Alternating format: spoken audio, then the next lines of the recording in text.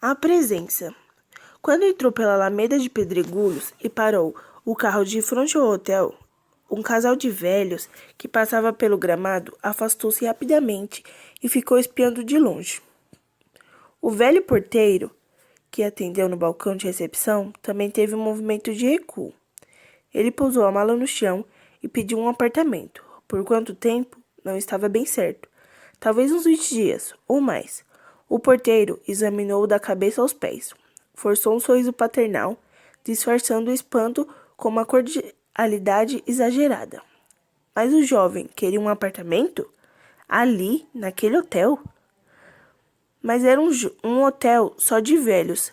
Quase todos os moradores fixos, antiguíssimos. Que graça um hotel desses podia ter um jovem.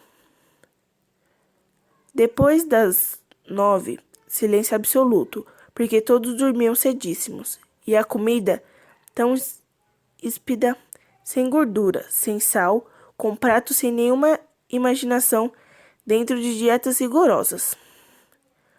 Pois não eram todos velhos? E os velhos têm problemas de saúde, tantas doenças reais e imaginárias. Bronquite crônica, asma, pressão alta, frebite, enzima pulmonar, sem falar nas doenças mais dramáticas. Ósseo enumerar tudo. A própria velhice já era uma doença. Um jovem assim saudável passar suas férias num hotel tão frio quanto o hospital? Nos hospitais, ao menos havia esperança, a dos pacientes saírem curados, mas a doença de velhice era sem cura e com o agravante de piorar com o tempo. Injusto oferecer-lhe esse quadro de decadência que, apesar de mascarada, era por mais deprimente. O prazer com a juventude se vê refletida num espelho, mas a velhice ali concentrada chegava a ser tão cruel que os espelhos acabaram por ser afastados. Na última reforma, foram removidos os espelhos que apresentavam sinais mais acentuados de decomposição nas manchas porosas e nas bordas amarelecidas, contraídas sob o cristal com um fino papel queimado brandemente. Com esses foram levados também os espelhos maiores das salas de refeição, que ainda estavam em bom estado. A substituição nunca foi providenciada e nem se voltou a falar no assunto. Mas seria mesmo preciso? Era evidente o alívio dos hóspedes livres daquelas testemunhas geladas, captando-os em todos os ângulos. Mais do que suficiente os espelhos menores dos banheiros, apenas o essencial para uma barba ou um penteado. Um isório, camarim e a quantidade de espelhos na inauguração do hotel. Estaria o jovem com disposição para ouvir mais? Bem, tinha sido há 50 anos. Nessa época, não passava de uma rapazola que ajudava a carregar a bagagem. As famílias chegavam com os carros pojados de malas, caixas, pajens, crianças e bicicletas. Nas longas temporadas de verão, a piscina, que ainda se conservava apesar dos rachões, ficava fervilhante. As danças até a madrugada, o jogo e as competições na quadra de tênis, as cavalgadas pelo campo. O hotel dispunha de ótimos cavalos, charretes, mas aos poucos os hóspedes mais velhos foram dominando à medida com que os jovens começaram a arrear. Não sabia explicar o motivo. O fato é que a transformação, embora lenta, fora definitiva. Um hotel mausoléu. Que jovem podia se sentir bem num hotel assim?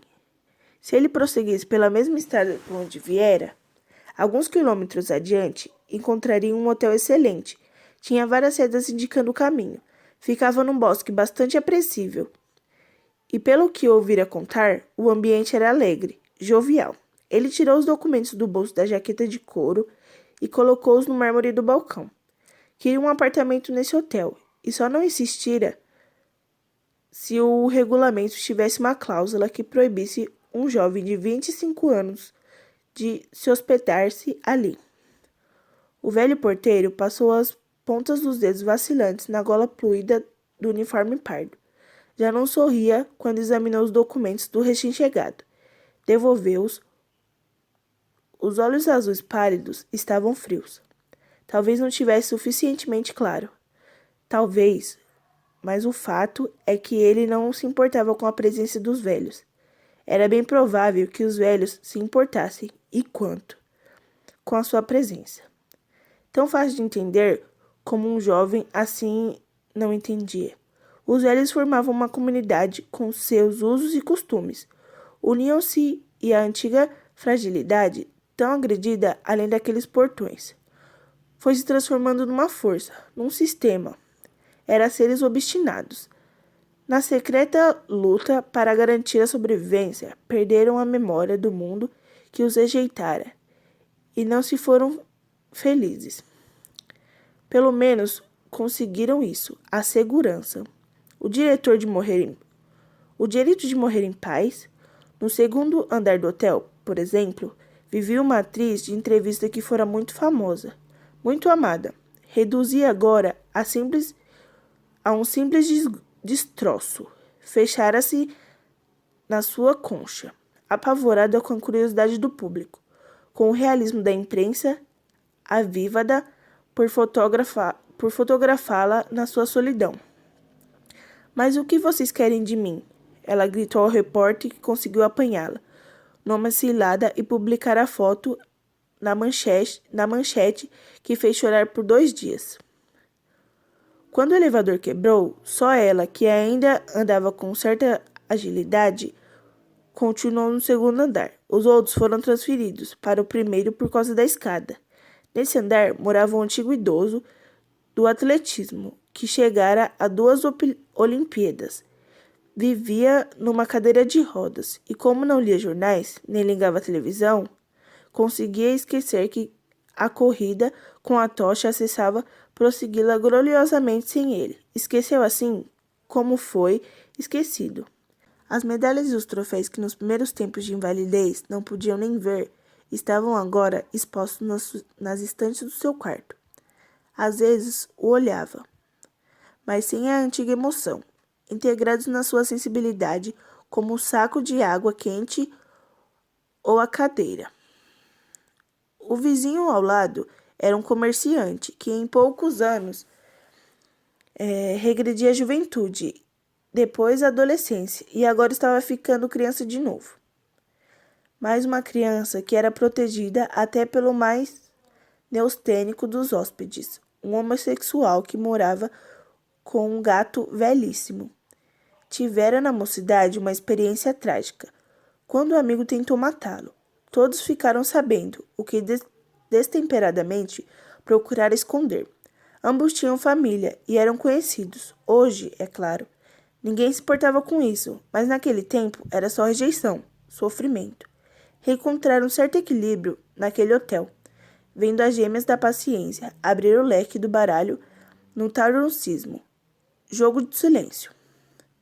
Ouvindo a gorda solteirona do bandolim tocar pontualmente aos sábados, relendo na pequena biblioteca Os Três Mosqueteiros ou O Conde de Monte Cristo. Uma tênue cinza baixara sobre essas cabeças, sobre os seus guardos.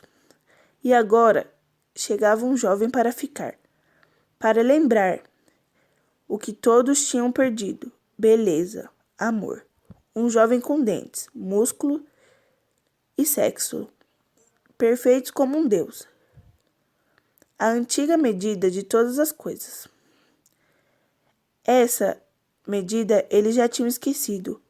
Com a sua simples presença, iria revolver tudo, a revolução da memória. E passar o tempo das revoluções, ninguém queria renovar, mas conservar, assegurar essa sobrevida, o que já significava um verdadeiro heroísmo. Os mais fracos tinham morrido todos. Restavam esses, empenhados numa luta terrível, porque dissimulada, eram dissimulados. Será que ele estava sendo claro? Não eram bons. Ele acendeu o cigarro e ofereceu ao outro porteiro, que agradeceu. Não podia fumar. Olhou o lustre com longos pingentes de cristais em formato de lágrimas pesadas de poeira. Sorriu enquanto apontava na direção do pequeno elevador dourado e redondo. Mas é lindo, parece uma gaiola. Abriu o zíper da jaqueta de couro. Fazia calor. O porteiro inclinou-se sobre o grosso caderno de registro. Molhou a caneta do tinteiro, mas tinha com a mão parada no ar. Arqueou as sobrancelhas fatigadas. Será que o amigo não percebeu que ia ser importuno? O intruso representava o direito do avesso, ou o avesso desse direito. O problema é que ele, um simples porteiro, não podia sequer defendê-lo se a comunidade decidisse sutilmente pela sua exclusão. Por mais tolos que esses velhos pudessem parecer, guardavam um segredo de uma sabedoria que se afliava na pedra da morte. Era preciso lembrar que usaria de todos os recursos para que as regras do jogo fossem cumpridas. Até onde poderia chegar o ódio por aquele que viera humilhado? Irônico, provocativo. Tumultuando a partida, o jovem se animara com a ideia da piscina. Mas se nessa mesma piscina, coalhada de folhas, aparecesse uma manhã seu belo corpo boiando, tão desligado quanto as folhas, eles fechariam depressa a porta, devido à correnteza de vento. Os velhos não gostavam de vento e voltariam satisfeitos aos seus assuntos. Ao seu joguinho dos domingos, aquele loto tão alegre, os cartões sendo cobertos com grãos de milho, enquanto o anunciador vai cantando os números com a brincadeira de costume. Sempre as mesmas, porque eles se divertem com as repetições, como as crianças. Número 22, dois patinhos na lagoa. 44, bico de pato. Número 3, gato escocês. Tão brincalhões, esses velhinhos. O jovem riu, tirou os óculos escuros e sua fisionomia se acendeu. Tinha lâminas douradas no fundo das pupilas. Por acaso, o porteiro lia romance policial. Os romances da velhinha inglesa? Não? Ah, preferia palavras cruzadas. Apanhou a mala. Se possível, um apartamento no segundo andar. O jantar era às 7. Não? Ótimo. Tinha tempo para dar umas boas braçadas. A tarde estava uma delícia. Nenhuma importância se a piscina estava abandonada. A água não era corrente? Pedira apenas que levasse um pouco de gelo. Gostava de bebericar na piscina. Não precisa de uísque. Trouxera sua marca. Uma velhinha de gargantilha lilás cruzou o saguão na sua cadeira de rodas, empurrada por uma calma enfermeira de touca. Ia gesticulando, brava, deixando escapar resmungos entre as gengivas duras, enquanto a outra seguia atrás, voltando-se para os lados e sorrindo. Por darling. Hoje está meio irritada, mas também, com 89 anos, por darling. O recém-chegado fez uma profunda reverência na direção de ambas e voltou-se para o porteiro, que mostrava num sorriso constrangido a dentadura opaca. Quer dizer, que insistia mesmo em ficar? Bem, tinha um apartamento bastante isolado no segundo andar, dando para a piscina. Espero que o senhor fique satisfeito, acrescentou, enquanto fazia sinal para ele, um velho de avental até os joelhos. Por favor, pode conduzir o hóspede? Em largas passadas, o jovem gargou os degraus de veludo vermelho e foi esperar o empregado lá em cima, segurando a mala que em vão o velho tentou levar. Quando entrou no apartamento, seguido pelo empregado, com seu molho de chaves, expirou com uma expressão de prazer o esmaecido perfume que parecia vir dos móveis antiquados. Lavanda? E perguntou, enquanto abria a mala, se por ali não havia fantasmas. Sempre sonhava com um hotel de fantasmas. Os fantasmas somos nós, respondeu-lhe o velho e riu alto. Tirou a garrafa de uísque da mala. Ligou o rádio. Quando subiu ao trampolim, notou um vulto que espiava através da cortina, rendada de uma das janelas. Abaixou o olhar divertido para a água de um verde profundo, onde as folhas boiavam num ondulado calmo. Abriu os braços, saltou. Enquanto nadava de costas, entreviu uma cabeça branca na fresta de uma janela do primeiro andar. Logo apareceu outra cabeça, de homem, que ficou um pouco atrás, na sombra. Chegou-lhe vagamente o fiapo triturado de uma discussão antes que a janela se fechasse com força. Ele deitou-se no banco de pedra e ficou de braços pendentes. A tanga vermelha escorrendo água, os olhos cerrados. Passou cariciosamente as pontas dos dedos no peito, onde os pelos dourados de sol já começaram a secar. Riu, silenciosamente, enquanto apanhava o copo que deixara no chão. Seus movimentos se fragmentaram em câmera lenta, calculados. No jantar, antes mesmo da prova, a comida, desejou o sal, o molho inglês, a pimenta e bateu palmas vigorosas para os 3 velhos músicos, um pianista, um violonista e um careca de rabecão, que tocaram antigas peças de alguns hóspedes. Ouviram imperturbáveis.